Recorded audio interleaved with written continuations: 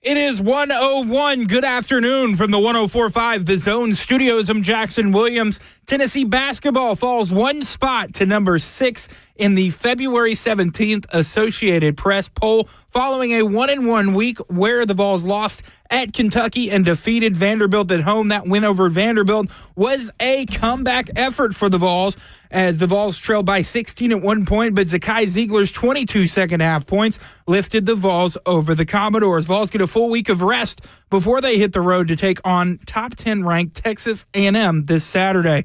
Tennessee baseball back on the diamond to begin their national title defense this past weekend as they swept Hofstra in the three-game series by a combined score of 46-2. The Vols will take on UNC Asheville tomorrow afternoon in a midweek matchup. For all your foundation repair and waterproofing needs, you need to visit USSTN.com. Breaking news at once on your home for the Titans and Vols. This is 104.5 The Zone.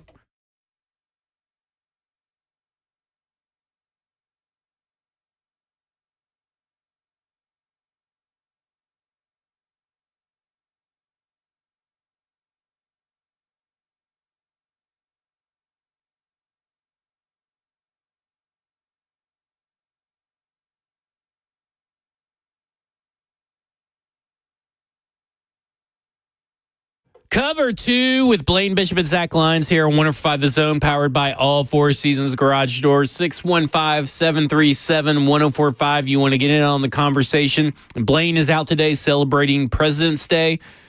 And I got Stony Keeley in the chair for StackingTheInbox.com, SoBrosNetwork.com, Twitter.com at Stony Keeley on Twitter. You're everywhere. Everywhere. Nashville Movie Dispatch. Yeah. And you actually have a real 9-to-5 job as well. So you have like all these things that you are constantly doing the every Hot day. Read podcast. I'm a frequent guest on Football and Other F Words. Yeah. Like I don't get a lot of free time to myself. Recently christened last week at 7:20 a.m. on Ramon Kalen Will as their draft expert. Yeah, it took 2 shows for the chat to completely turn on you this morning. They were cooking me this morning, man. Yeah, they were. I just said I like Shador Sanders. I did. You can't even say that. Listen, I jumped in the chat, got a little feisty with a few of them. Bert had my back too. Yeah. I started. He was much nicer than I was. I wanted to text Bert and be like, "You don't have to fight for my honor. Like I've been called much worse. There are people, man. Some of the stuff I've written over the course of my 11-year career, I've gotten some pretty hateful things. I've called. There was one guy in the chat who's really going hard in on you, named Dustin Gill. I called him out in the chat and told him to call 615-737-1045 to talk to you about your. I'm here. Of course, he has Will Howard QB1. So what does he know? That's a wild take. That is. Feel free to call 615-737-1045. I want to see the scouting report, Dustin. Yeah. I want to see the scouting report. Got to see that scouting report. So for those that may not know, because, I mean, you are relatively new to probably the 104.5 family.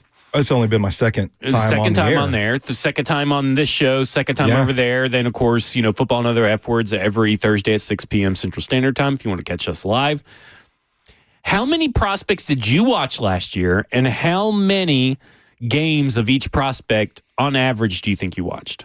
So bare minimum of 3 games, and not just games. We need to specify all 22 film. You got to do it the right way. The eye in the sky don't lie. That's how you learn the most about a prospect. You can't just go back and watch highlights. You can't go back and watch game broadcasts. You got to watch the tape. So the tape, I do a minimum of at least 3 games on every prospect because once I get to that 4th and 5th game, my notes look considerably shorter because you start seeing the same things over and over. If I'm watching like 5 to 6 games, or with the quarterbacks, I like to watch at least 7 to 8.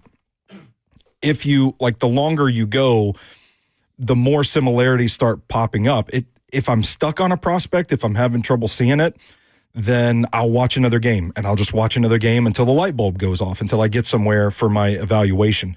We did the math last year, and I don't remember what we came up to, but I'm not like, I know some people that do this that can just watch like Oklahoma and they can evaluate everybody on that offense that's draft eligible and they're on to the next team. I personally can't do that. I've got to focus on one player at a time. So if I'm watching, let's say, like Alabama, for example, I've got to watch this game for Jalen Milroe. I've got to start it over and watch it again for Tyler Booker.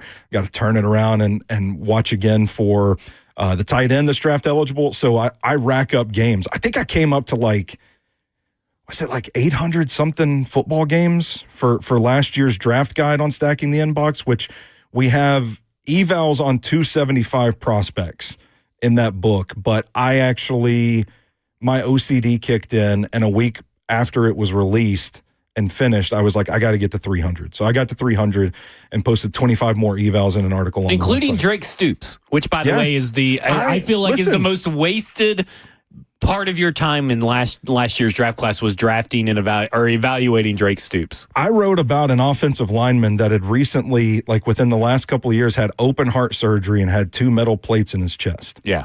Like, we're going deep, buddy. So listen, shout out to the Kenneth people Horsey, who think that you don't put in the work and don't know what you're talking about. First off, draft evaluations inexact science.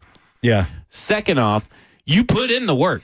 I do. And it's not just like watching the film, but like you've really got to learn about scheme. You've really got to learn. I mean, what I say to you all the time is I can put my cat in front of a window and he can't turn around and tell me it's raining outside because he doesn't know. So you can watch tape, you can watch all 22, but you really have to supplement that with seeking out knowledge on scheme, details on why plays work, why plays don't work, that sort of thing. I think Bobby Peters is an author that chronicles individual offenses each NFL season. He does a great job of explaining why things work, why they don't. But you've just got to get the information in front of you. And then if you see something you don't understand, you got to Google it. Go to YouTube, research these things. You know, if you'd like, what is a Texas route? You're reading this book. What is a Texas route? Go figure out what a Texas route is. And then you can apply that in your evaluation. So it's not just watching the film, but the time it's taken to learn more about the game and understand it at a deeper level. It's a huge commitment. It's taken me 11 years to get to where I'm at right now. So for those that aren't listening on the radio, you are a big sicko. I love football. I mean, you probably love football more than anybody I've met. Maybe even Blaine. And Blaine loves football. I mean, he played football. But you're on a whole nother level because right now you have this football playbook that you brought in. I do. And you are starting to chart one at a time the NFL, the Tennessee Titans plays on offense, because you have been a big proponent, and this is something that we're going to talk about later on in the show, of that Brian Callahan's scheme is not as terrible as what everybody thinks it is and what Will Levis and Mason Rudolph made it look like. Yeah. But I want you to show the camera a couple of the plays that you have so far, and you're putting a pause on this for draft stuff. But this is I don't know. This is real. If the camera can see, it will probably see it. This is some real sicko stuff. Yeah, I'm just watching tape. I'm charting plays. for the I could not imagine the hell you're putting yourself through by going through and rewatching the 2024 Tennessee Titans offense 11 times per play. Well, I've got a sketchbook too, where I'm taking some of my favorite plays and I'm turning them into art, so I can, Are you trying to fund your addiction? Yeah, pretty much. If anybody wants this, just reach out to me. This is Tony Pollard's touchdown. They ran power, pulling Dylan Radins to the left. Cleanly blocked, great execution from the tight ends, and Tony Pollard just getting upfield for the touchdown. I mean, we're talking X's and O's, lines drawn, arrows everywhere. I mean, I have 4 notebooks with me. I have 4 notebooks with me. You have 4 literal notebooks. Yeah. For those that may not know what a notebook is, because everybody has electronics now, is that it's something that has pieces of paper on it that you write on. Yeah. And it collects it in one spot. So I'm charting the Titans offense in one. It took me several hours to get through like 8 plays, and I realized I ain't got time for this during the season and the draft's coming up. So this is probably like a May, June project. Yeah. I got my sketchbook where I chart my favorite plays. I've got a notebook on my NFL draft notes from watching tape, and I've got a notebook on like show notes and notes about actual Titans games from the past season. So, I mean, you're fully prepared for whatever question I may ask you. Pretty much, yeah. But I'm also going to be authentic. I'm not going to, if you ask me something that I don't know because I haven't watched tape, like we were talking about Tyler Shuck before we started recording. Watched him at the Senior Bowl, thought he was probably the most consistent quarterback there, he and Seth Hennigan. But I haven't watched the tape on him yet. Yeah. So like I can judge based off of that and from like what his draft stock is in draft circles. But I'm going to tell you, if I don't know something, if I don't feel comfortable talking about it. But for what I do, I put in the work, and I show my work on Stacking the Inbox and in the draft guide that we produce. And yeah, I love doing it. Do you? This is from Tyler Dial in the F&M Bank chat on Twitch, Twitter, YouTube, Facebook Live, wherever you get your Zone TV. Do you have the Will Levis Surrender Cobra pose play yet? No, I don't, but that would be a great one for the sketchbook. I was about to say, could you turn it into a Cobra? Yeah, I could. There you go. He listened. Tyler Dial says, I'd buy that sketch. No, you know what? Like, I do the sketch, and it's a diagram of the play, except for where the circle where Will Levis should be, I actually draw the surrender Cobra. Yeah. I like it. Maybe the Cobra Kai. You call it the Cobra Kai play. Yeah, I'm going to jot that down. That's a great idea. We're making art here on Cover 2 today. Right here on Cover 2. When we come back, we're going to talk about Shadur Sanders' surroundings and what that would have meant for the 2024 Tennessee Volunteers. This is Cover 2 with Blaine Bishop and Zach Lyons with Stony Keeley filling in here on 104.5 The Zone.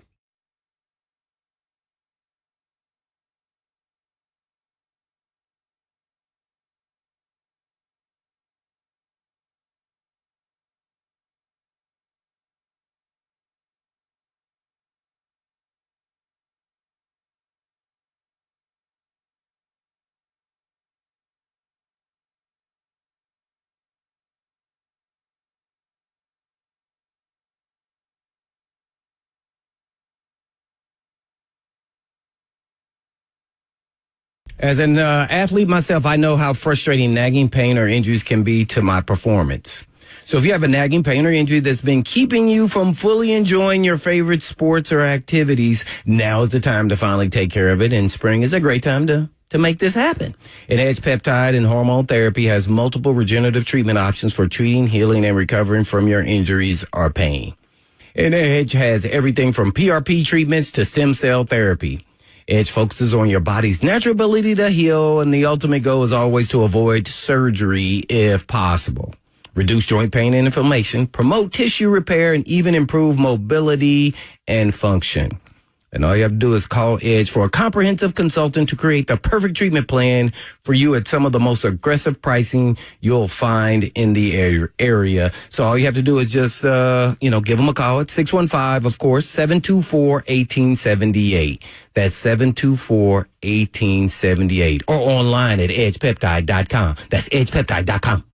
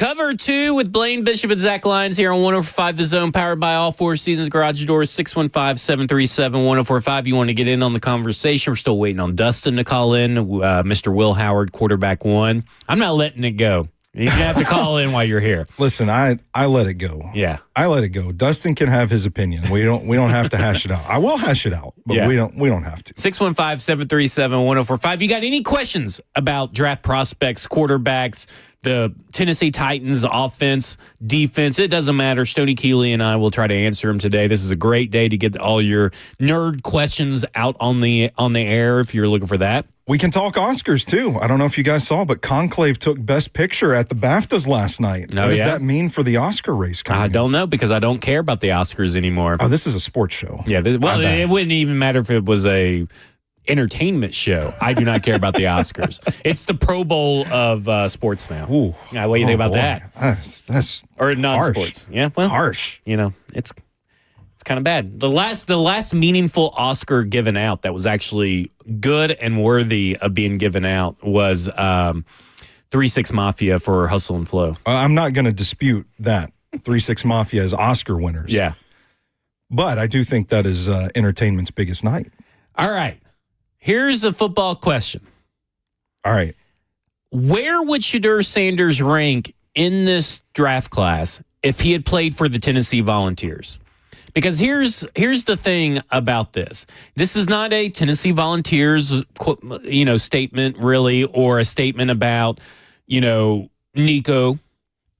Because obviously comparing Nico to a 4-year starter is not fair. Fair, yeah. But when you talk about what Shedeur Sanders was able to do in Colorado with no offensive line, no run game, and not a real, I think, high-quality offensive play caller or schemer in Colorado, and no defense in Colorado, he's still being talked about as a top 5 pick.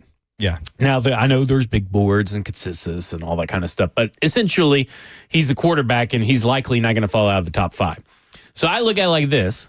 Why, if he was at a different surrounding on a different team, Ohio State, but this is obviously a Tennessee show. So the Tennessee Volunteers, wouldn't he likely be talked about as the clear-cut number 1 quarterback in this draft if he had played for the Tennessee Volunteers? Yeah, absolutely. I think so. I think Shedeur has it from the neck up. So the important question, if we're talking specifically about the Vols, is what does Josh Heupel do to kind of tailor his system to Shedeur Sanders' strengths? That offense is kind of designed to stretch defenses horizontally, wide receivers bunched out wide, causing conflict in defenders with a lot of the choice routes that they run, stuff like that, getting one-on-one matchups, and then running the ball when the defenses do spread out.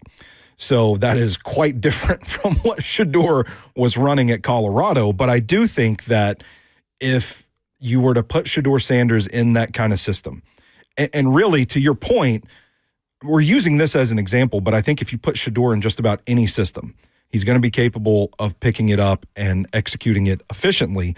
I do think that the Vols offense probably looks closer to what Hendon Hooker ran their historic season. And it's an interesting question because I don't know that they beat Ohio State necessarily. And so you look at it like, well, the offense could look much better, but the outcome could still be the same. I think maybe I'm reaching here. 615-737-1045. You want to get on the discussion, but I think you at least go undefeated in SEC play. Yeah. I think you're SEC champion. I think and probably don't even put yourself in a situation to play Ohio State until possibly later on down in the college football playoffs. But all this to say is again, they had the better offensive line. They had the Tennessee Volunteers had the better offensive line, the better run game, the better defense. Yeah. And Shedeur Sanders took all 3 of those things that were worse than Colorado, went 9-3 and had over a 70% completion percentage, and his accuracy is deadly. Yeah. He's one of 3 quarterbacks since 2014 to have a career percentage over 71% in the NCAA. That's wild. That is wild. That's wild. And think of how many years. quarterbacks that is. Yeah, 10 years in college football. Right.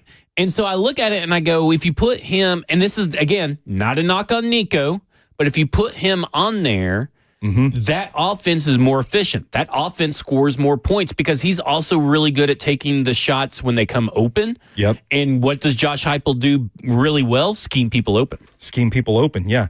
Now, I think there's we don't have to go down this rabbit hole because I know it doesn't necessarily serve the conversation the way that you want it to, but the NFL has kind of told us that they don't really value Josh Heupel's scheme.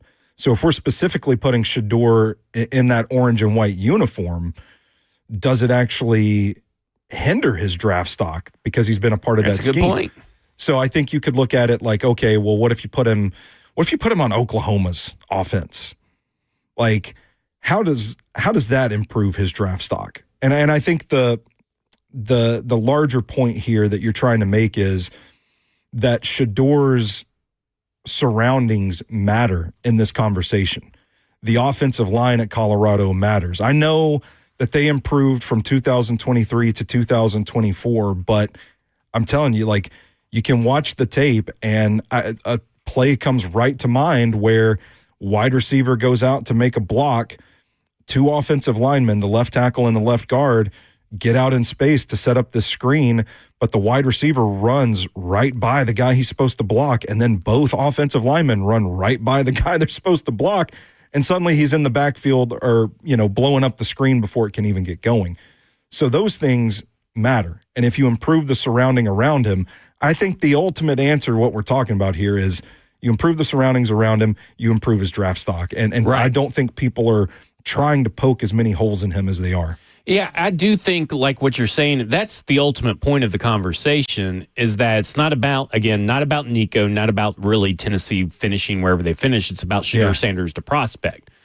And a lot of people in the chat are talking about the fact that, well, he had all these, caliber wide receivers over there. That's fine. That's great.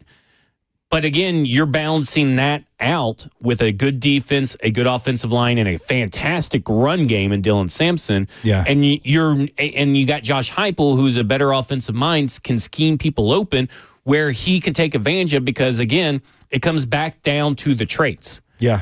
Anticipation, timing. We got Ricky W in the chat who says Sanders has a high completion percentage because he doesn't throw the ball until he sees the receivers come open. What do you think about that? I don't think so. I mean, I think there's some of that on his tape, but there's some of that on every quarterback's tape. But I think Sanders is actually a pretty good anticipatory thrower that isn't really afraid of throwing into a tight window, specifically on those shots like towards the boundary, outside shoulder throws versus inside leverage from a defensive back. He puts the ball where only his guy can get it, like sandwiched in between his wide receiver and the sideline. And those things are timed perfectly. There are instances, not every quarterback prospect is perfect. There are instances where it's a little bit off. And I think one thing that people don't talk about enough with Shedeur, similar to Cam Ward, it's a similar issue where there are times when he's just trying to make a play and he's willing to throw the ball from any position instead of resetting his feet, establishing a base, going through his throwing motion. He'll just throw it. And those instances, balls do tend to be a little inaccurate. But for the most part, I think he does a good job of throwing guys open and putting the ball where only his guy can get to it. Yeah, to me, I look at it like this. I don't dispute that the wide receivers at Colorado were better than University of Tennessee, bar none, in my opinion. I mean, Travis Hunter, LaJohntay Wester, Jimmy Horn, Will Shepard, that four is way better than anything University of Tennessee had. Yeah. Bar none. But University of Tennessee had everything else better. Yeah. And if you were a quarterback, would you rather have a better offensive line or would you rather have better wide receivers? Better offensive line. I would say so. Wouldn't you rather have all those other things than just the wide receivers? I would, especially when you factor in offensive play caller, which is, or the offensive system tied into all that. I mean, Pat Shurmur, I get that he's an NFL coach, and I get that Shedeur was in an NFL system for much of his career, but he's nothing to really write home about. He's not like a top-tier offensive coordinator. And to be fair to Pat Shurmur, I think he's held back by the limitations of the personnel as well, because they couldn't run the ball whatsoever.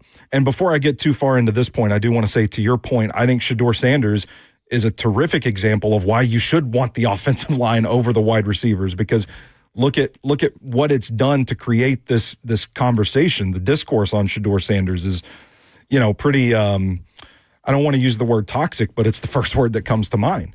So if you have the improved offensive line, everything else is better. But when you're looking at Pat Shurmur, like, they can't run the ball. And the reason I saw somebody in the chat mention getting tired of charting all the sacks and the screens. They run screens to effectively run the ball, because they can't just line up and run the ball up the middle or at the edges or anything like that. So those screens are effectively Pat Shurmur's way of adjusting and saying, hey, we can't run the ball, so we got to find a way to move the chains. And the screens are, when executed properly, pretty effective at doing that. So I look at that similarly to Shedeur, and I think Pat Shurmur can only do so much. Well, I mean, look at this. I would venture to say that not many people know Colorado's running back. Yeah. Now, I say that not just because we're in Tennessee. I say that I think nationwide, I don't think anybody can tell you. I would say the majority don't know Colorado's running back, but the majority do know Dylan Sampson. Yeah. Isaiah Augustave is the Colorado leading rusher with 368 yards. Yeah, that ain't good, man. That's rough. What if you put Shedeur with Dylan Sampson? He's looking like a totally different quarterback. Yeah, probably. And I would say so. To me, you're talking about a guy over the last 2 years has had to throw the ball 900-something times. Yeah, fighting for his life. Yeah, while fighting for his life, while not having a run game. Yeah. And again, I go back to, you put him in, oh my God, you could probably put him, if you put him in Alabama's system last year. Oh, man. They're feasting. They're national champs. I mean, right? I mean, Jalen Milroe lost them games. Yeah. I would much rather have Shedeur Sanders than Jalen Milroe. And Shedeur Sanders, again, would be looking like the clear quarterback one. Mm-hmm. And I think that when you start watching the film, you have to be able to look at the quarterback in a vacuum. Yeah. And that's where we lead to the talk about Shedeur Sanders and Cam Ward, is that we're looking at the quarterback in a vacuum. And someone talked about this earlier in the chat, talking about Shedeur Sanders versus Cam Ward and why you drafted Shedeur Sanders, who has a higher floor, rather than Cam Ward, who has a higher ceiling. Yeah. And at the end of the day, if you're asking me, and they're technically asking you, but if you're asking me, I look at it and I say, well, it's much easier to reach your floor than it is to reach your ceiling. Exactly. And a ceiling is that kind of thing that's kind of out of your grasp, right? Yeah. You have to jump up. I can't even touch the ceiling in most rooms because I'm so short. But I can at least touch the floor. Yeah. So at the end of the day, the floor is a more tangible thing to expectation to meet. And so I look at it and I go, I know I've kind of bounced around. Our Cam Ward episode from 2 weeks ago really had me a lot higher after talking through it with you on Cam Ward. And I do think that we're kind of splitting hairs. And that's something that we're going to talk about here today, too. It's fun, though. It's fun to split hairs. But I'm going Shedeur Sanders if I'm the Tennessee Titans. And that is including that terrible, terrible music video mumble rap that I have seen, and it is completely trash. We're split on that because I'm here for the mumble rap. If you found my Spotify list on any given day, it's nothing but mumble rap and stuff like that. You said the important operative term there for that statement. If I'm the Tennessee Titans, I'm going with the floor. I think that works for a couple of reasons. And this is based on where Shedeur Sanders is at. This is based on where the Titans organization is at as a franchise. I don't know that they have the leash to go with a ceiling right now. And if you're Brian Callahan, you go with the floor because it's probably more likely to lead to more wins. And what I said on RKW this morning was that Shedeur Sanders, to me, is going to see the field in the NFL before Cam Ward will. So if you're bringing in a bridge quarterback guy that you want to stabilize the franchise with and still develop a guy, I think Shedeur's the answer because he fits in the system and he's more NFL ready. I got to push back on that statement, though, that the Shedeur Sanders will see the field quicker in the NFL than Cam Ward. Is that what you said? Yeah, absolutely. No, I think both are going to, whatever teams draft him, are likely day one, week one starters. I think that would be a mistake. Hey, listen, I don't disagree with that. I'm just talking in general. I would think that both of those guys are probably going to start week one, day one, because that's just how the NFL works. Whether it's a mistake or not, that's just how the NFL works. I'm thinking more like Shedeur Sanders is the guy that's ready by like week 7, and Cam Ward is the guy that you put in to see what he's got once you've been eliminated from the playoffs in like November or something like that. I think I get your premise, but I think in terms of the NFL, I just think that they're both going to play. Well, I mean, I don't know what you've heard, but I mean, I've heard like there are teams that will draft them with the intent to be the guy. Yeah. I mean, I think that's the case with the top 3 picks, right? I mean, I think Cleveland, New York Giants, and depending on what they do in free agency, the Raiders, Jets. I mean, like there's teams currently that need quarterbacks, right? Yeah. And if you draft one of these guys in the top 3, the pressure's on. There's just no way around it in the NFL anymore. I mean, like, drafting outside of the top 10 is a little bit different. I know Drake May set, but they had Jacoby Brissett, and that ended up being a mistake to let him sit. And if you go back and listen to Eli Manning, he's like, I learned more from the 6 games I played at the end of the year, my rookie year, than I did the first 10 sitting behind Kurt Warner. Yeah. So you're right. So what if I framed that statement as I think Shedeur Sanders will be ready to see the field before Cam Ward will be? He's ready. He's more NFL ready. Yeah. He's more day one, week one ready, which I don't necessarily disagree with, because I think it comes down to like I feel like we're really splitting hairs on these 2 prospects. Mm-hmm. I don't think either prospect is as good in certain areas as people think, but I don't think they're necessarily as bad as people think either. Couldn't have said it better myself. And I think the truth is somewhere in the middle. But I look at this situation with this quarterback class, and I'm like, if you're the Titans, personally, I don't care about the scheme right now in this discussion. Shedeur Sanders is my quarterback 1. Because here's why. I think his mechanics, his throwing motion, his accuracy, his decision-making, his ability to scan the field, his experience in a pro system, all that stuff is NFL level. And I understand that there are some things he has to work on. Guess what? There's things that Caleb Williams had to work on. There are things that Drake May had to work on. There's things that Michael Penix Jr., Jaden Daniels, all things they all had to work on, and they worked on those things in varying degrees with varying degrees of success. So, like, to me, I'm not as worried about certain things as everybody else. I do understand those are things he has to work on, but at the end of the day, he has more NFL-level qualities right out of the gate, whereas Cam Ward's is NFL ready in terms of, I guess, physical ability. Talent. It's there. But I do think some of his talent is a little overblown in the national narrative. Fair enough. I think it's a matter of feel for me. And for Cam Ward, there are so many reckless decisions with the football, a lot of turnover-worthy throws, spot throws that throughout the interview process, I would want to know. I would want to get in a room with him and try to determine myself. You know, it's not like Cam Ward's going to say, oh, I didn't see that or I didn't feel that. But you've got to find a way to kind of evaluate from him whether or not the reckless throws are a byproduct of a play call where he's told throw to a spot, where he's told, find this guy no matter what, or if it really is a belief that like I can make any throw no matter what, and I'm just going to throw regardless of what the coverage is. Developing a feel for that sense in the passing game is what I question about Cam Ward. For Shedeur Sanders, it's more of his feel in the pocket. We talk about like the pressure to sack ratio, the sacks, the pocket presence, that sort of thing. I think that issue is a little overblown. I think he sees pressure.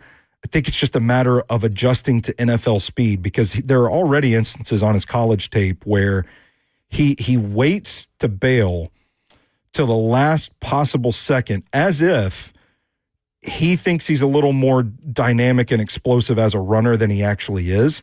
And that is going to be exacerbated if you put him on the field week 1 in the NFL. But I don't think it's a case where he just can't sense pressure.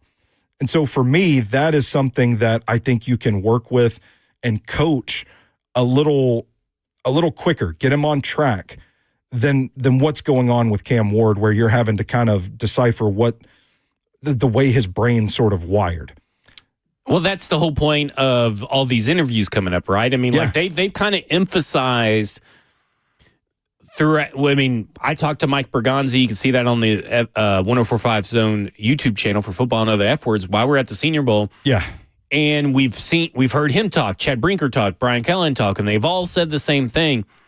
We got to get in front of these guys.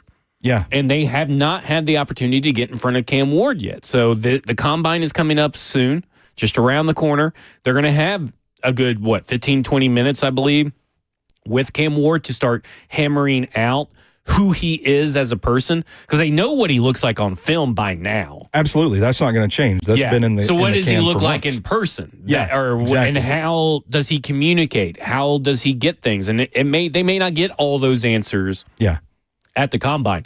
They'll get a good chunk and have a good feel for the direction that they're going. But until then, we don't really know where they feel about this class because it's incomplete. Yeah, absolutely. Their evaluations are currently incomplete. But I do think that if you go back and listen to all the context clues of dating all the way back to Brian Callahan's first press conference to since Chad Brinker's been hired, Mike Bergonzi's been hired, and this whole entire offseason, you look at all that stuff, and it seems to point to Shadur Sanders, the quarterback, is the guy that fits what they're all looking for. Yeah. Does not necessarily mean that Cam Ward isn't, and it could be very close. And that's something that we'll talk about when we come back. There is one trait of Cam Ward that I think is being very overblown. And when we come back, I'm going to bring that up. This is Cover 2 with Blaine Bishop and Zach Lyons with Stony Keeley filling in on 104.5 The Zone.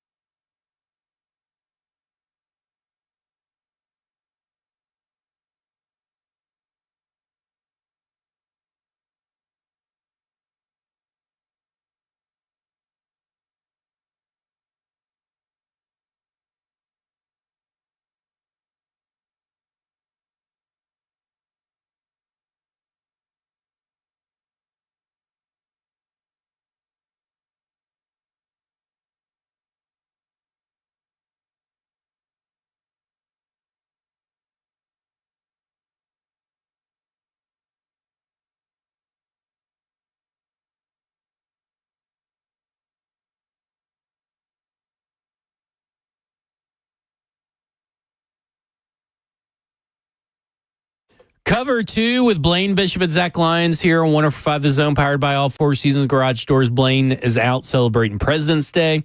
We have Stony Keeley in from Sobros Network, Stacking the Inbox and the Hot Read podcast here on 105 The Zone, 615-737-1045. We're giving you a kind of a cursory glance, a TLDR of our evaluations of Shedeur Sanders and Cam Ward and the comparisons and all that kind of stuff. How much, and we'll talk about Cam Ward here in just a second, but 615-737-1045, how much separates them two in your mind as prospects? Like, how close are they to when you say Shedeur's quarterback 1, Cam Ward's quarterback 2? What's the gap? I mean, it's really not all that wide, because for all of the hate we talk about with Shedeur Sanders and how crazy overblown I think it is, and people just seem to want to hate kind of deal. I think there's a lot of that going on with Cam Ward too. I think there are qualities about Ward that are being undervalued. So I think in this particular class, if you need a quarterback, it's one of these two guys. Why do you think we're veering off? But I like to veer off with you. I think they're both worthy of top 10 picks. Finish that thought. I think that's a good way to look at it and a good way to put the period on there. Why do you think this class is so polarizing? Because, I mean, is it just because it's two guys and nobody else? Because to me, I look at it like, do you think it's the media and people not being able to make assessments themselves? So I think the media is pumping stuff into people's brains that's unnecessary, because I see it all the time, right? In various chats on Twitter. Well, Dane Brugler said that this quarterback class sucks. And then you go read Dane Brugler's article, and it actually says, well, this quarterback class is good, but it's not as good as the last one, obviously. Yeah. A generation, you want to use the word generational, that is a generational quarterback class. Yeah, for sure. A once-in-a-lifetime opportunity. About the closest one I can think of is the Phillip Rivers, Ben Roethlisberger, and Eli Manning draft class. Like, that's the closest one I can think of. Yeah. I think all those three were in the same draft class, right? Roethlisberger, Rivers, and Manning. Yeah. Mm-hmm. So, like, that's the closest one I could think of where you have that high of a hit rate on draft classes. And that's been, 2003, 2004. 2004. So, like, to me, I kind of look at it as like, it's not as good as a generational one, but everybody thinks because it's not as good as a generational one, it sucks. And I think a lot of people in their evaluations are comparing them to last year's quarterbacks, and I don't think that's fair either in their actual evaluations. Yeah. Because, like, people who think that either of these quarterbacks are second-round prospects, I have to question what they're watching. That's crazy to me. Yeah. I mean, that is pretty wild. That's kind of taking the pendulum too far in the other direction. Yeah. I think this class is interesting for a couple of reasons. For one, I really like your comparison. You're the first person I've heard say it, so I'm giving you credit for it, that this is revisiting the Mariota Winston draft class. Two prospects that prolific in college, good seasons, but have glaring weaknesses. And I think that when you have prospects at the top of their position group that have weaknesses, I think it opens the door for debate. And when you really get into the weeds debating these guys, I think that's where you start to see some of the opinions arise in draft circles, like the draft analysts. Like, there's a wide variance on how guys feel about Shedeur Sanders and Cam Ward. I think on the fan side of things, I think having a prospect like Sanders that, fair or foul, is the byproduct of a lot of hype. We remember the Colorado hype from 2023, and man, they didn't really live up to it. But how happy people were to see that program fail. Yeah, and that's just like there's which is funny because I was tuning in to every game because I was thinking, man, this is an interesting team, an interesting dynamic. I'm not there to see anybody fail. I'm here to watch Shedeur Sanders. Go watch his 2023 tape, dude. It's wild. I watched. It's pretty good. The TCU game is on my list. I compile for our draft guide every year. My favorite tape I've watched this cycle versus TCU in 2023. Some of my favorite tape of his. The UCLA game that season as well. There's you see him just running back and forth in the backfield. Because that's the thing about his athleticism. 30 yards down the field. Everybody's like, his athleticism isn't as good as Cam Ward's. I think it's a lot closer than people think because I remember I remember sitting up at what's the beer house in Opry Mills? Yeah. The German establishment up there. I remember sitting there watching a Colorado game and thinking, man, this dude's just running around and throwing on the fly. And then boom, it's complete. It's a bucket. It's wild. So that was some really fun tape to watch when the offensive line was even worse than it was this season. But my larger point being, like, the discussion around Sanders, there's just a lot of people that have this vitriolic hate. And it's like you can't say anything positive about the guy. There are some people out there that are just attracted to it. And so you get these engaging tweets where people, like I tweeted earlier today, all I said was, I like Shedeur Sanders. Just completely. I just saw like 26 comments or 28 comments. Ramon Foster just tweeted us. That means you're about to get a lot more comments. Yeah, thanks, Ramon. I'm going to get it all day now. But you get these people that come in and just trash the guy because there is this hate over the Colorado hype. But then you also get the people that come in and act like, well, no, he's perfect. He should be the top overall pick. It's like, well, wait a second, guys. Like, the answer is somewhere in the middle on Shedeur Sanders. And I don't think the people who say no flaws. Those are my favorite. Yeah. I like those people. Then I make fun of those people more than I make fun of the people that just think a prospect sucks, even when they clearly don't. Because those people are way more further away from an actual evaluation than the other people. Because at least there's some negatives backed up. Like, these people who think there's no flaws in either of these quarterbacks, it's wild. And I think Cam Ward, to a certain extent, has his haters, or people that say, like, oh, like, who did he beat at Miami? What did he do for Miami? They lost 2 games and missed the playoffs. Like, all this production didn't lead to anything. And it's like, we got to just, like, we got to come back to. Wins are not a stat. We got to come back to, we've got to come back to context and nuance. Right. And discuss these prospects with all of the emotion removed from the situation. The hate, the hype, whatever. Just look objectively and call a spade a spade. You know what I'm saying? Like, just, it is what it is. Let's evaluate objectively from there. Acknowledge the mistakes, acknowledge the strengths, and have a reasonable conversation about it. But that might be asking too much. That is completely asking too much. If you haven't even checked the chat, it's now gotten to a totally different conversation about now their personal attacks and the reason why, certain people don't like Shedeur Sanders, not because of his last name and other stuff. Like, it just evolves. But it always, like, that's what I'm talking about. Why can't it just stay on topic? Yeah, stay on topic. It's so crazy to me, and I can't look at the chat. I can look every once in a while, but I get sucked in. I'm usually in the chat spamming the comments, but now I'm on the other side of the microphone today. Yeah, I look at it like, if you start watching the All-22 and when Shedeur Sanders is releasing the ball, he has a certain anticipation, timing, and accuracy that Cam Ward doesn't have. He can make deep throws. He can be athletic. Now, is he that consistently like Cam Ward? Probably not. But if you go back and watch that 2023 tape, it will get you hyped for Shedeur Sanders' ability for out-of-structure plays. Yeah. And to be honest, he was forced to play a lot out of structure, whereas Cam Ward kind of designed his own out-of-structure situations sometimes. Not necessarily a bad thing. Patrick Mahomes does it too. But again, you're trying to give Cam Ward a ceiling that is unattainable. So when we come back, I said earlier that I would talk about a trait about Cam Ward that I felt was being a little bit overvalued. Oh, yeah. We'll get to that when we come back. This is Cover 2 with Blaine Bishop and Zach Lyons here. Stony Keeley filling in for Blaine Bishop. That's hard. Keeley and feeling. That's really hard. Here on 105 The Zone, powered by All Four Seasons Garage Door.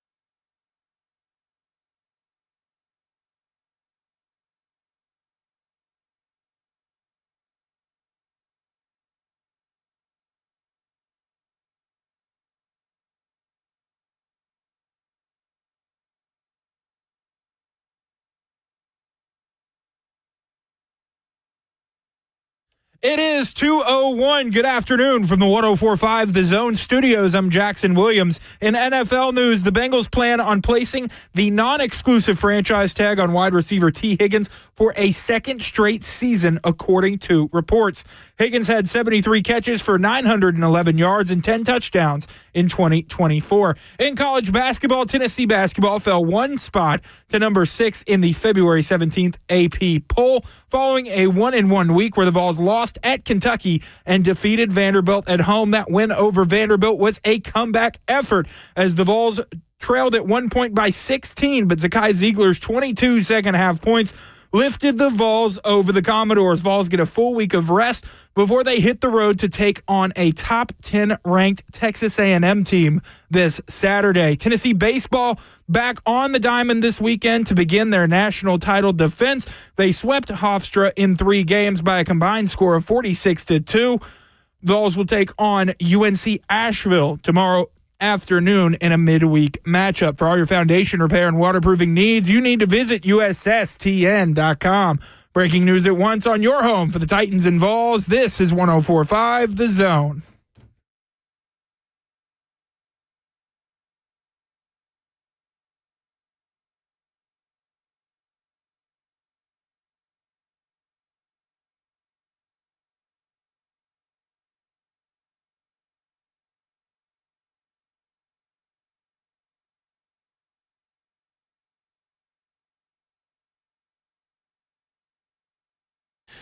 Cover 2, hour 2 with Blaine Bishop and Zach Lyons here. 105 The Zone. Got Stony Keeley filling in. Nailed it. For Blaine Bishop, who's out celebrating President's Day at the moment. 615-737-1045. You want to get in on the conversation. And, of course, we got the F&M Bank chat, which is always popping. It's going today. Twitch, Twitter, YouTube, Facebook Live, wherever you watch Zone TV. So, Stony, there's something I proposed to you, was it Saturday or Sunday?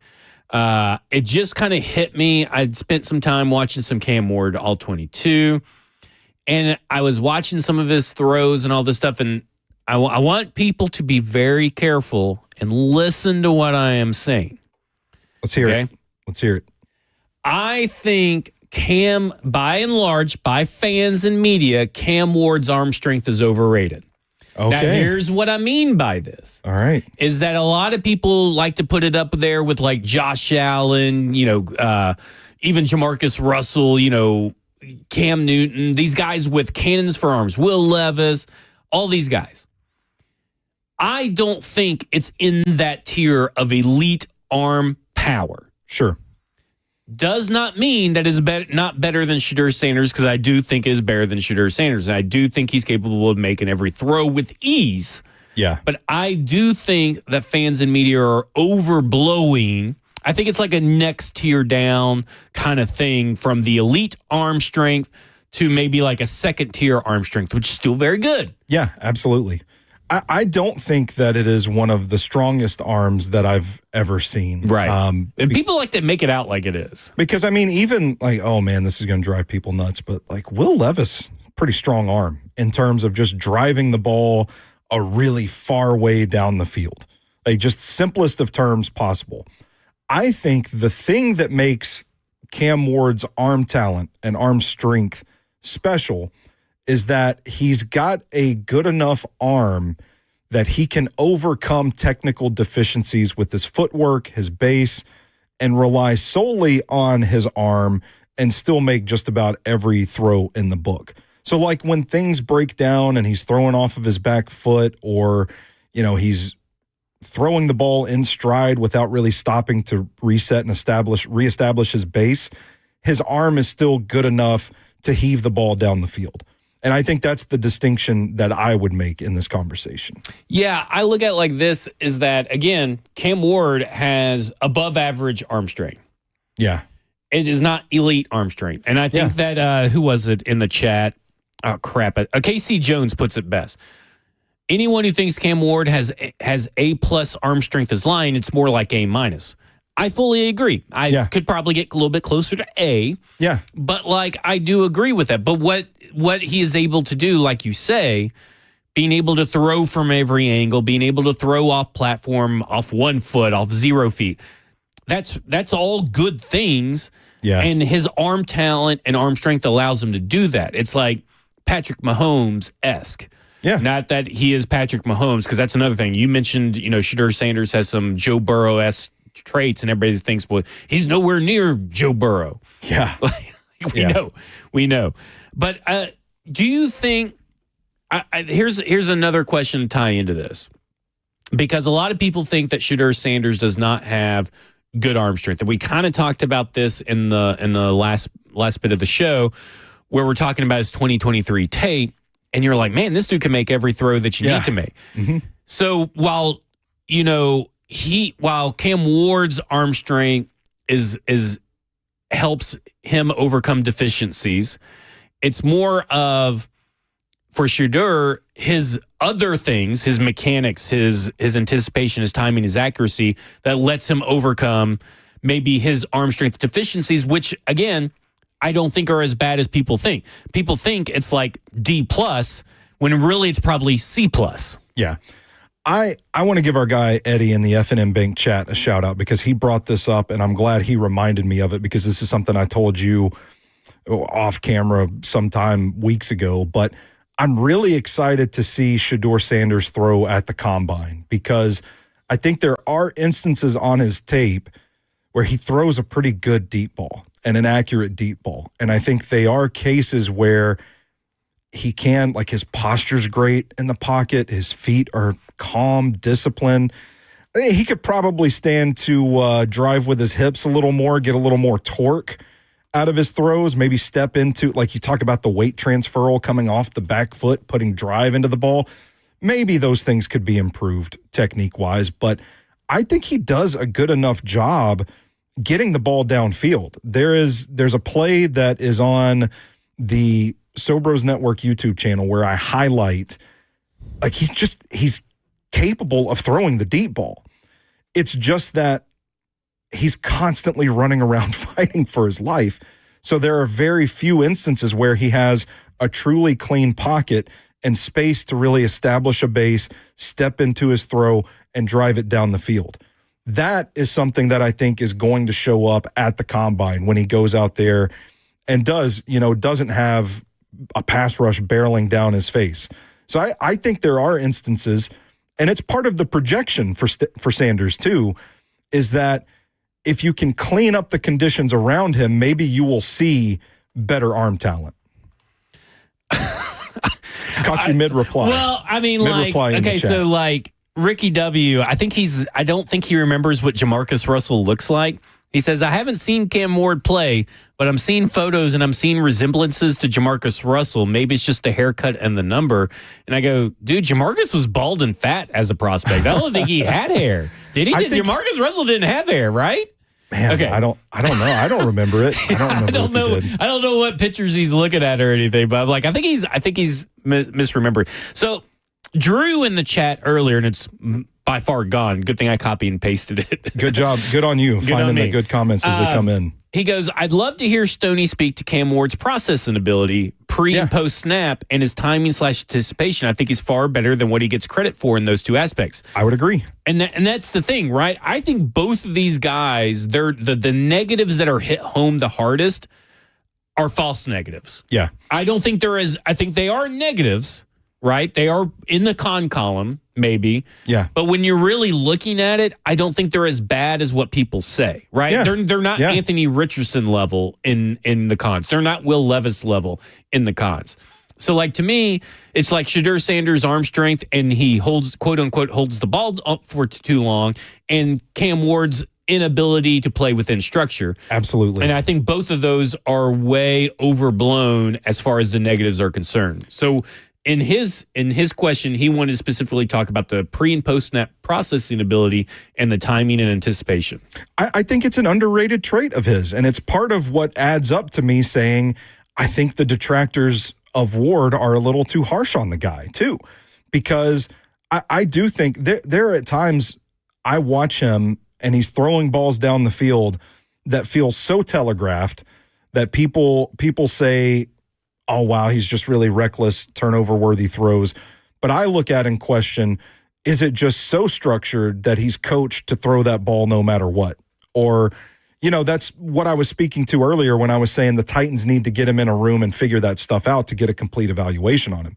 Because, like, the base of that opinion is it looks too structured. It looks too rigid. I think he can run that Miami offense on schedule, on cue, that sort of thing. It's a misconception, and part of what the Ward haters put out there, that all he does is play out of structure. Maybe that is a trait of his that you check in the pro column, can play out of structure. But I think if you watch that Miami offense, Cam Ward is not just the byproduct of some gimmicky offense. I think he runs that system effectively, and I think when plays break down, he's able to overcome it. And that's kind of the book on him from an operational standpoint. From where I sit. Well, it's interesting that you bring up the operation, because when we come back, we're going to talk about the scheme of Brian Callahan. We're going to talk about not only why it's better than what people think, but we're also going to talk about why this is a conversation of best fit, not no fit. Bingo. Not a fit. And it's about best fit. And we're going to talk about all that. We're going to talk about identity and all that kind of stuff when we come back. This is Cover 2 with Blaine Bishop and Zach Lyons. Got Stony Keeley in the chair across from me here on 104.5 The Zone.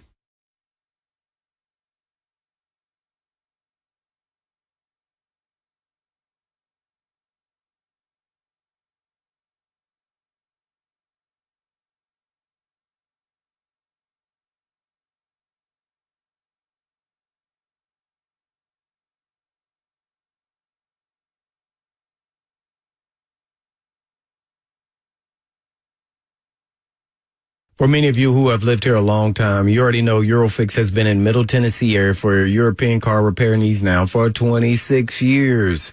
We've all gotten to watch them grow. And I don't know about you, but I love watching the hometown business take off. Well, we're now proud to announce the 5th location in Mount Juliet for Eurofix on Mount Juliet Road, right across the street from Dairy Queen. And Eurofix can serve you in Franklin, Hundred Oaks, Murfreesboro, Belmead, and now Mount Juliet.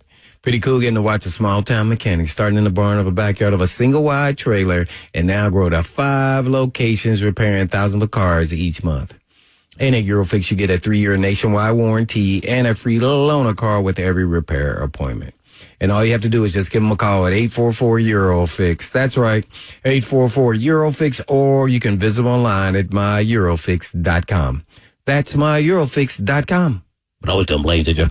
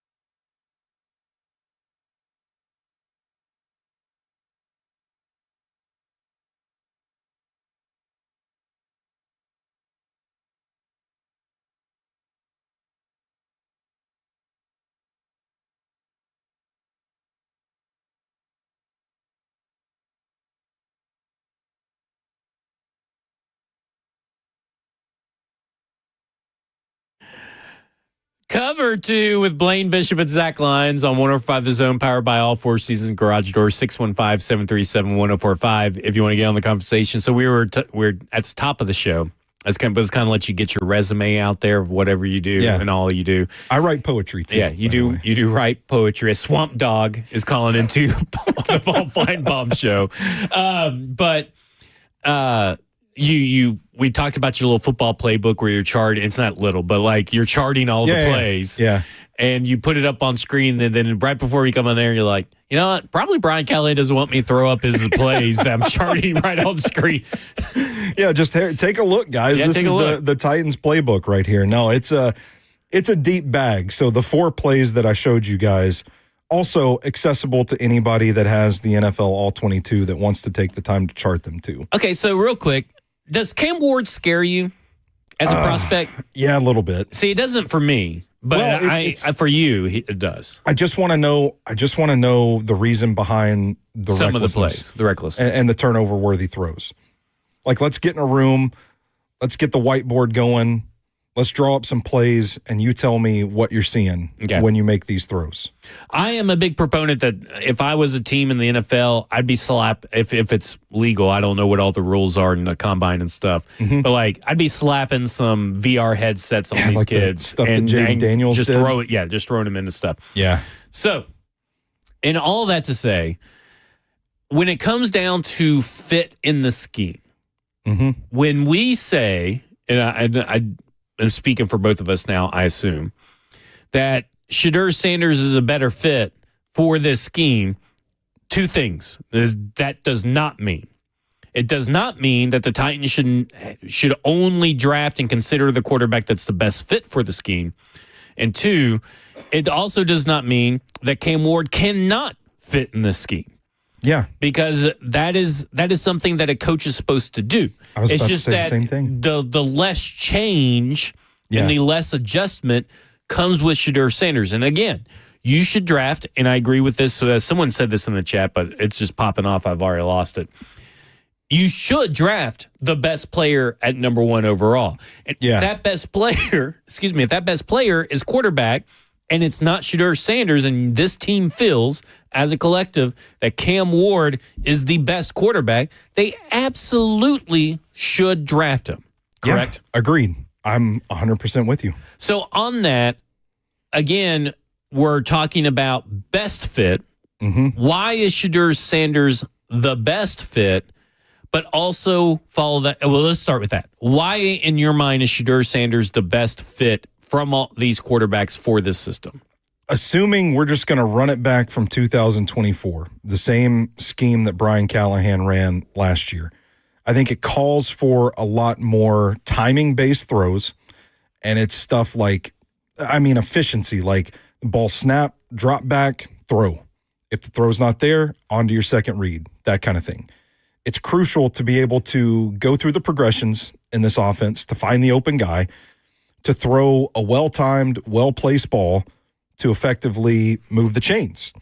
And so that, for me, is something that I think we already see Shedeur excel at, not just do at Colorado, but actually excel at when the conditions around him allow him to do so. So in other words, when he's not scrambling around fighting for his life because the Colorado offensive line can't block three rushers from BYU. When the conditions are good for him, then he can make those throws with anticipation, timing, placement, efficiency, that sort of thing.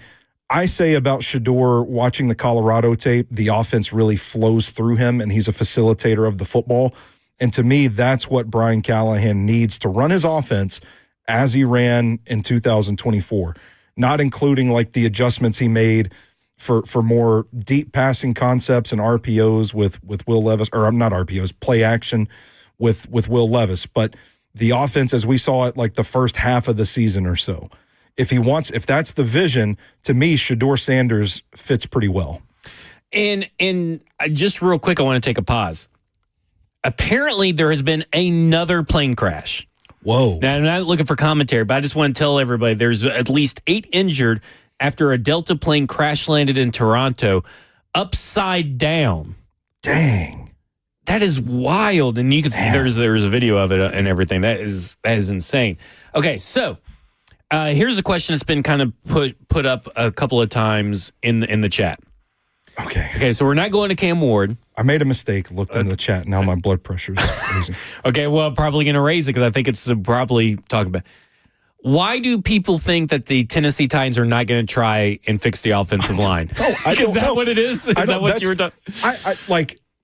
Because everybody's like, well, what's he going to be? What's Shedeur going to be able to do behind this crappy offensive line? Are we just running the same people out there? Are we not going to try and fix it? Y'all don't think this Titans offensive line is better than the Colorado offensive line? That's true. I mean, come on. Like, this unit got better, okay? And I know that we have a tendency to remember the beginning of football season. We form impressions about the team through September and October, and it's rare that we really come off of those preconceived notions, right? So, like, I don't think enough people, maybe this is crazy to say, you can cut my microphone if I'm talking crazy here. Get ready, Jackson. Get ready, Jackson. I think the Titans' offensive line got a lot better by the time. Cut them off. But that is true. I mean, you are right. I mean, if you watch it, if you watch the games, and then you also take the games and take the data, they got better as the season went on. They got better as the season went on. They need to address right tackle. They need to address right guard. Why do we think they're just not going to do that? Yeah, I mean, like, I don't understand this idea that, like, free agency, according to people in the chat, free agency's already over. Yeah. like they're not going to draft a right tackle. They're not going to, sign a right guard and all that kind of stuff. Let me say something. They've learned from their mistakes. Yeah. If you go listen to Brian Callahan and listen to Mike Bergonzi, all they've talked about is they're learning from those mistakes. Yeah. Guys, they're not going to roll NPF out there next year. They're likely not even going to roll Dylan Radins out there. I mean, you got Brandon Sheriff from the Jacksonville Jaguars who has connections to Bill Callahan, who drafted him the year at the Commanders. You got Trey Smith floating around out there with a Mike Bergonzi thing. Now, some of these guys will be brought back, but there are a lot of guards and offensive tackles in free agency that are upgrades over what you had last year. Absolutely. Yeah, and I think this is actually a byproduct of all of these offensive tackles that are going to be kicking inside the guard in the draft has subsequently made it a pretty deep guard draft. And I think there are some really good value right tackles that the Titans can get in the draft too. So it drives me a little nuts. I look at it as well, Stony, is that, and how much did the offensive line look as bad as it did? Because the quarterback wouldn't release the ball. Yeah, I mean, I think that's part of it too. And I know we can shrug it off as coach speak, but I mean, Brian Callahan did have positive things to say throughout the season at various times about NPF, about John Ojukwu, about Dylan Radins, about Leroy Watson even. So it's not to say that those guys were good, but I think that's probably a little glimpse into the mind of, like, maybe these guys did good enough to win, but you can't win with both things failing, the right tackle spot and the quarterback spot. Yeah, to me, Logan Brown on day 3 saves us at right tackle. No, he does not. Who said that? Sorry. Drew said that. I'm sorry, Drew, to call you out, but he does not. Okay, so because we're talking about all this and, all these coaching things and all that kind of stuff, so I want to get to the scheme. And obviously, you talked about how Shedeur is a better fit, but talk about why Cam Ward can still be a good fit because of what we talked about last time, where it was the timing, anticipation is way better than what people think. Yeah, I would agree. And I do think that he kept the Miami offense on track. I think some of their passing concepts, it felt like they schemed and they designed a lot more deep shots than I think we saw. Well, we presume to have seen out of Brian Callahan's offense. Again, there's a huge blind spot in this discussion because we don't know what was called, if it was executed properly. Like, we just assume that a play is run and it was run to perfection as it was drawn up. There's and people that still think that Chig was not the read, even though Brian Callahan in that Jacksonville game, even though Brian Callahan said, yes, he was the read. Yeah. So, assuming what we've seen is, pretty close to what we can expect, I would say there's definitely going to be a difference in the short, quick game going from Miami to Tennessee. But I do think Cam Ward has shown the mental capacity to keep an offense on schedule, on time, and efficient. And it's I think all about really how coachable is he? Exactly, yeah. And I do think that there are things that Brian Callahan could do as a coach to implement some more familiarity for Cam Ward and do some of the things, run some of the plays, some of the passing concepts, RPOs, add that to the offense, that sort of thing, to make the transition easier for Cam Ward. Sorry about that. I had my phone on to make sure I got your call so I could let you in the gate, and I forgot to turn it off. Even though I said when I turned it up, I got to remember to turn this off. Oh man, that was that. Okay, happens to the best of us. So Brian Callahan's offense. Yeah. How much of the offense do you think is to blame for the lack of production, like true production? And how much of it is just that both these quarterbacks were not very good? I think if we're slicing the pie, so to speak, I do think that the quarterback and the right tackle spot probably take the biggest slices of the pie. I think there are things that Brian Callahan could stand to do better from a play calling perspective. Again, I don't want to beat him up too bad over it because I don't know what's called versus what's actually executed. You know, it's like somebody's not in the right spot, somebody misses an assignment. Peter Skoronski and Dylan Radins run into each other because they both pull on a play. Like that kind of stuff happens, and it's not really, it doesn't make it a bad play call, right? Would you agree?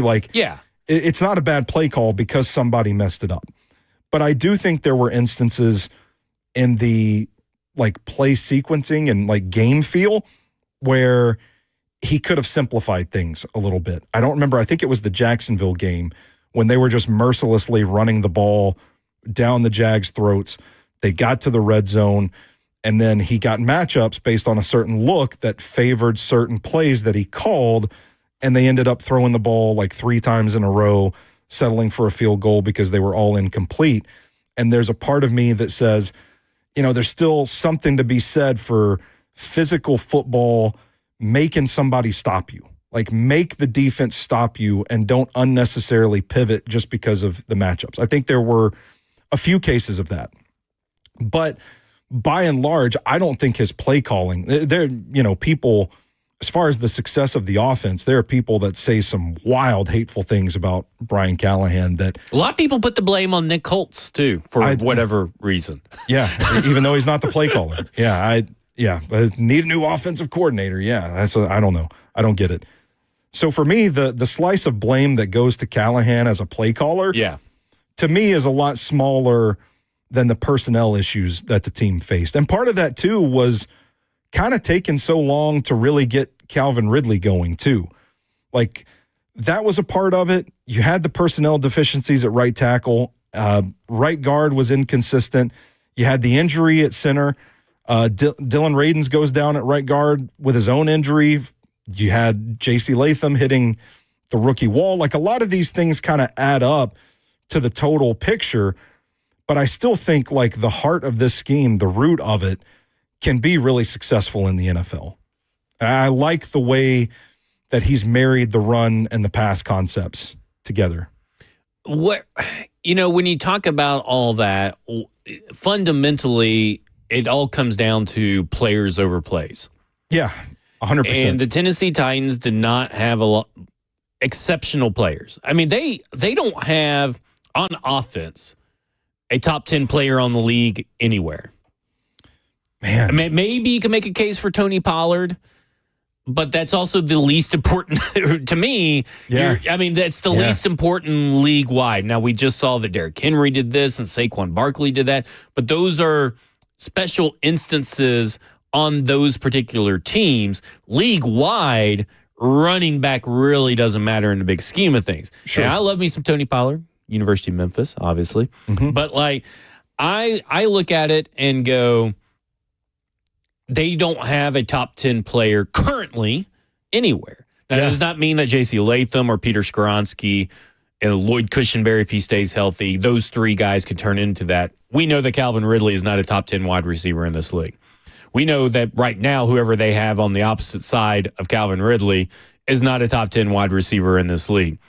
You look at Will Levis. He is definitely he's barely a top 50 player in this league at his position. Yeah. Like, I wouldn't even touch Will Levis. Are you saying they don't have a top 10 wide receiver across from Calvin Ridley because technically NWI doesn't have a contract with I wouldn't even technically NWI is not a top 10 wide receiver regardless. I'm kidding. I'm kidding. But like they don't have top 10 anywhere. So I kind of look at it like this in the sense because of all that, it's players over plays. Yeah. And when you don't have anybody of that kind of ilk on your team, it's hard for your roster or it's hard for your offense to look good. That's why you have to dive deep into the all-22. You have to see, are guys getting schemed open? Mm-hmm. Are there outlets for Will Levis and Mason Rudolph or whoever the quarterback is to hit if their first read is unavailable? When you're going through that and looking at the all-22, what do you find separate from the players? Yeah, I mean, I do. From a schematic standpoint, I think that Brian Callahan does scheme guys open. I think that is something that's absolutely true of this offense. I think he uses motion to create alignment advantages. You know, running back may start in the backfield and then may shoot out to the slot. And then all of a sudden, like, the defense has to react to that. Not only are you reacting like, hey, do we need to get another person over here to help cover it? But the ball snapped, and then post-snap, they're trying to figure out how to cover because this guy moved. They showed a look, the guy moved, and now suddenly things change. And so sometimes you catch defenses scrambling. That's how guys get open. There are moments where he causes conflict with the passing concepts that I think are really creative. Running, I don't know how into the weeds you want to get with this, so stop me. Keep going. Running, like lining up in a 3-by-2 formation, which means there's 3 wide receivers on one side, there's 2 on the other. The 2 far left receivers run go routes. The third guy on your left crosses to the right. The first guy on the right crosses to the left. So you're running like a mesh concept right beyond the line of scrimmage. Well, then you motion Tyjae Spears, who was out wide on the right side as a part of that the 2 on the 3-by-2 formation. You motion him in, and suddenly it looks like he's going to chip block. He goes to chip block, but then he sneaks out on a route. So it's like disguising intentions, using motion to create alignment advantages. And then what happens is they run the mesh, which causes the linebackers to freeze, and they're kind of trying to read. They're in conflict, trying to figure out who to cover. Tyjae Spears looks like he's going to block, but then he runs like a shallow crosser as well. All of a sudden, that play is open, and that's where Will Levis throws the ball. So you think, again, you know, the particular play that I charted, it only goes for a 1-yard gain because the throw's right over the middle, not much of a chance to break away. But you think if you let Tyjae Spears get a little further into that route, coming across the field, linebackers are confused on the mesh concept. You throw underneath to Tyjae Spears. He's on the left side of the formation all of a sudden. You've just had 2 receivers run go routes. So you've got You probably blockers. Have exploded some people's heads, by the way, in the car. You've got blockers downfield. All of a sudden, you've got a foot race between Tyjae Spears and either the linebacker that comes over to play the flat or the safety coming up to make a play. You've got a foot race that Tyjae Spears can win. That is scheme. That is design from Brian Callahan, Nick Holtz, this Titans offense, that you see it. Like if the throw is just if there's a little more patience in letting the play develop, which comes back to the timing element of why this offense, it's so important for this offense to go. If you hit that play, there's a potential for a huge gain from Tyjae Spears. And that's assuming that Tyjae Spears is the target and not just like the 3rd or 4th option in the play. If somebody wins those go routes against man coverage, you can heave the ball downfield and make a big play. I'm getting all worked up now. So let me ask you this, because this question's been popped up a few times. Coach Wills is the last person to actually bring it up. I know that there's, I think, a guy named Chosen had brought this up as well. What do you think is the identity of this offense based on what you've seen on the All 22? It may not have been apparent because the players could not execute it, but what do you think this offense really wants to be as an identity? Philosophically speaking, I think there's an interesting conversation to be had about whether or not you even need an identity to begin with. Okay, so man, you just had to open up a can of worms, and now all I want to do is ask you about this idea. I think the idea is, in today's NFL landscape, you want to be multiple. You want to be able to do anything. Like, I don't know, people will say like, oh, well, the Eagles are this smash mouth run team, but I don't necessarily agree because they can take the top off of defense as well as anybody in the league. They've got really good personnel. I think you want to be ready for any look that you face. And I think you want to have an element of smoke and mirrors to your offense that can take advantage of what defenses show you. And I think you want to be malleable as an offense. I think you want to be able to do whatever you have to do to succeed based on the matchups. And to me, that is not consistent with having a uniform identity. Maybe it can still work in the NFL. I'm sure there are instances of that where it's like, we're just going to be a spread offense. We're just going to go out there and chuck the ball all over the place, or we're going to be ground and pound. We're going to run wide zone and just run people over. We've got the best running back in the league, the best vision in the league. We're going to run these zone plays and just mow you down. But I don't know that you necessarily need that. So from the Titans, I think identity standpoint, I think I keep coming back to the word efficient. I think this wants to be an offense that can run or pass to move the chains efficiently and take the opportunities to make big plays when they arise.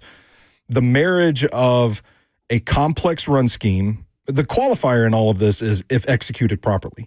If executed properly, there's a complex run scheme in place that is designed specifically to attack certain spots, blow holes open, and give running backs a wide lane to pick up a huge gain. You have the physicality to run that stuff, and we saw it. We saw some pretty good blocks from, man, I still think back to Dylan Radins before his injury, pulling and pounding, man, just getting out there and just putting guys in the dirt. Like there's a mindset with that. That is physicality.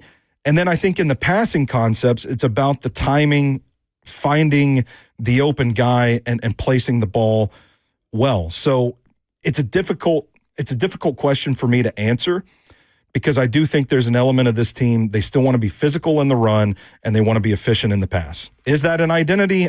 I don't know. But again, I come back to, I don't know if it even matters to have an identity.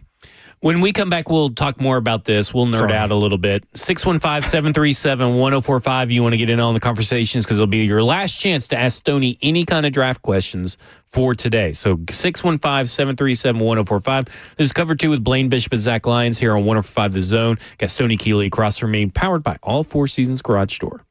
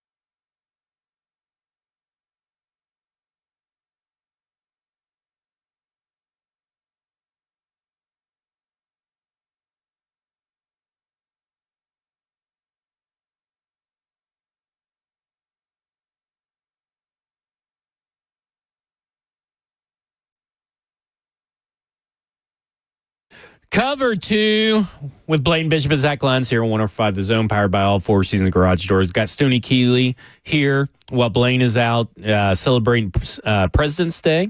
And we're going to go to the phone, 615-737-1045. If you have any draft questions, let's get them in now. Joey wants to talk about Will Howard. Joey, you're on with Stony and Zach. Hey, how you doing, Stony and Zach? Doing good. How are you? My question is, I know Will Howard won the national championship, but it seemed like after he won a national title, he's just been a ghost. Like, nobody's talked about him. I know they're talking like third or fourth round, but, my question is what do you think, like, can the Titans have a chance to get him, or what would be a scenario where they could get him? Good question, Joey. I appreciate your phone call.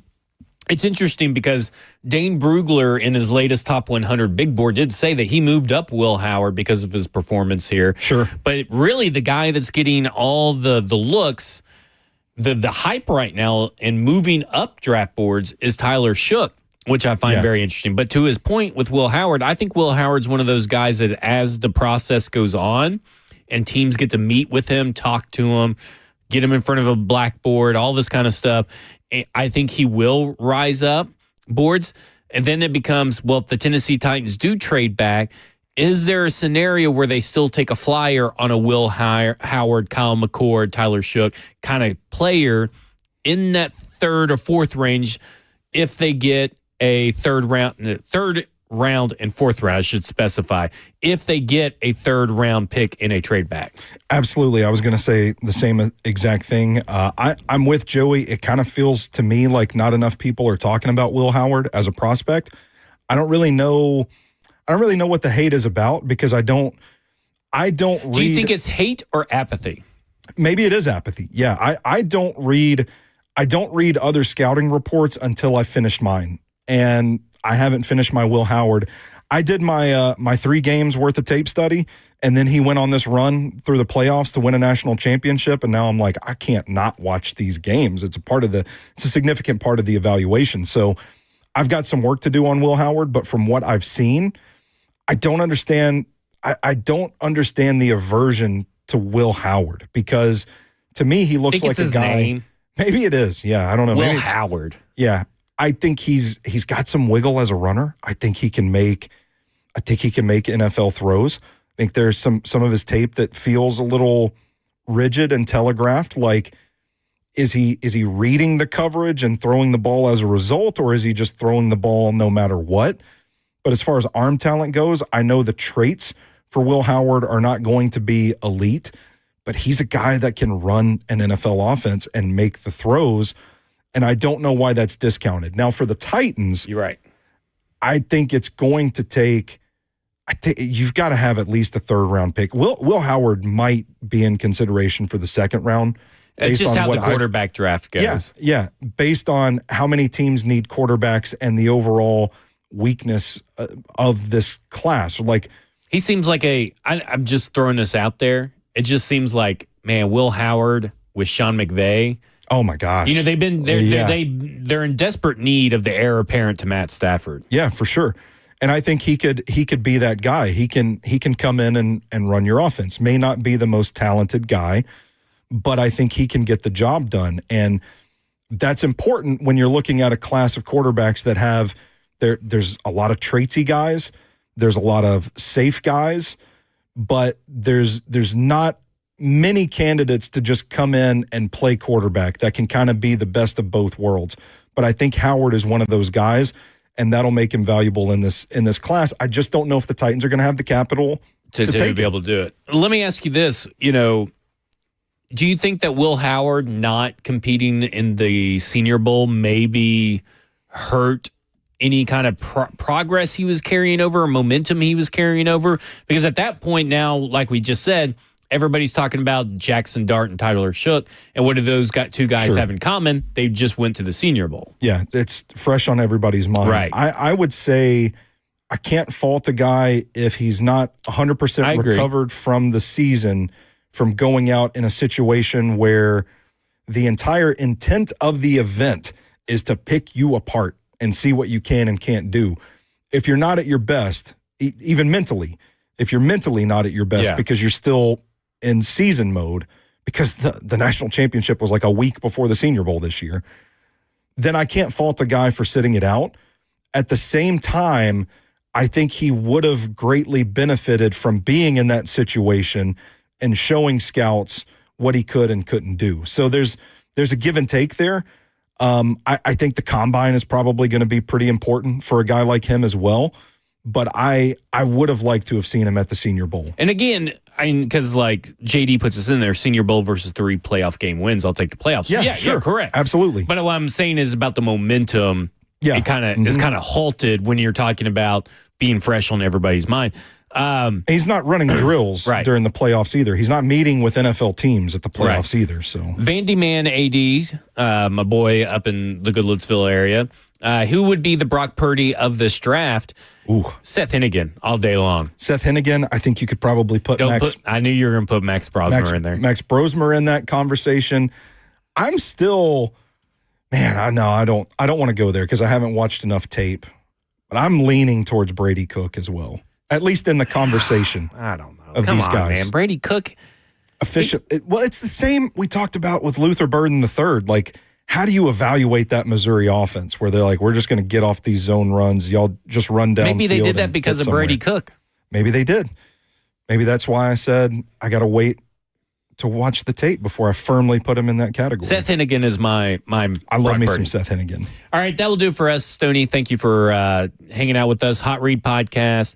Football and Other F Words, 6 p.m. Central Standard Time on Thursdays. Of course, SoBrosNetwork.com, StackingTheInbox.com, all the good stuff right there for Stony. You can do all that. Then, of course, Ramon, Kayla, and Will, 7:20 every Monday. And we'll probably start having you as a regular, quote-unquote, draft expert here on Cover 2 as well.